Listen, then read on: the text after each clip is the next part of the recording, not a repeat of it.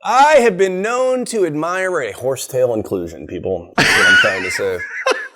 In your demantoid. In my demantoid. Number 3, the gemstone to choose if you don't want a diamond, this is one to go with, are some garnet. Yeah, some garnets. Garnets can actually range in hardness from a 7.5 to an 8. Doesn't sound like a very big range. It's half is huge. Oh. Yeah, one number movement on Mohs hardness scale is enormous. It has inclusions on the inside that we call a horsetail inclusion, which is kind of like a real wispy, circular shape inclusion.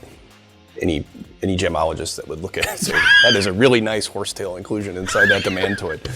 Sounds like a... I feel like that's gonna be the thumbnail snippet you put on this episode. That's a winning pickup line. Spinel. Spinel. John Carter loves him some Spinels. I get all weak when I talk about Spinel, baby. Love Spinel like a basic girl loves pumpkin spice latte. John Carter loves Spinels like Kanye West loves Kanye West. That's how much John Carter... I don't think anybody can love anything that much. Most colored stones have some sort of treatment to turn them the color that it is under your eye. Unless otherwise disclosed, you really have to assume that it has been altered to turn it that color. For almost all gems. Really? Spinel is usually the reverse. You don't see a lot of heat treatments. You don't see a lot of oiling, which is a way that they fill fissures in the stones or cracks, which is very common in emeralds in particular. So you'll see very little of that in Spinel because the material is usually very clean. You like the gray? Yeah. I love grays because they just really have this really richness to them. It sounds terrible on camera until you actually experience one in person. You just mentioned how you don't like the word Spinel, then you put gray in front of it. It just sounds like a total downer. Yeah, you might as well just call it a storm cloud. But it really is. Will you marry me, honey? Here's a storm cloud. Here's a storm cloud Spinel. Maybe I should trademark that. It's a really good choice. And you are the Spinel man. So if you do want a Spinel, this is your guy right here. We will hook you up. Yeah, I tend to collect them. So. You may have to tug it out of your collection. Cry a little bit every time I sell one. Yeah.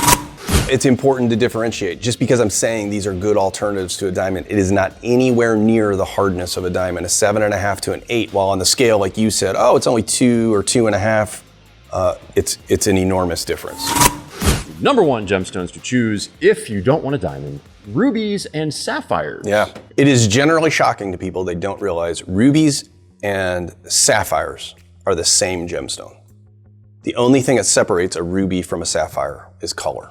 That's it. That's it. They're both corundum, and there is sapphires come in every color but red. Okay. Because if a sapphire is red, it is indeed a ruby. Ruby. Conundrum? Is that what you said? Not a conundrum. Oh, that's different. No, being on a show with you is a conundrum.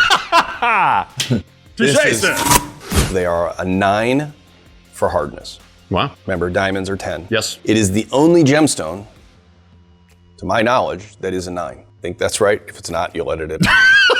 Nope. Every mistake you make gets amplified, not edited. Oh, man. So if you wanted something that wasn't a diamond. Not close to diamond. Right. Even though it's one down, but it is the closest you can get to a diamond. But diamonds are one thing. The world of colored stones gets far more complex.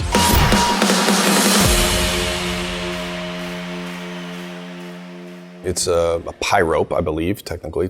I believe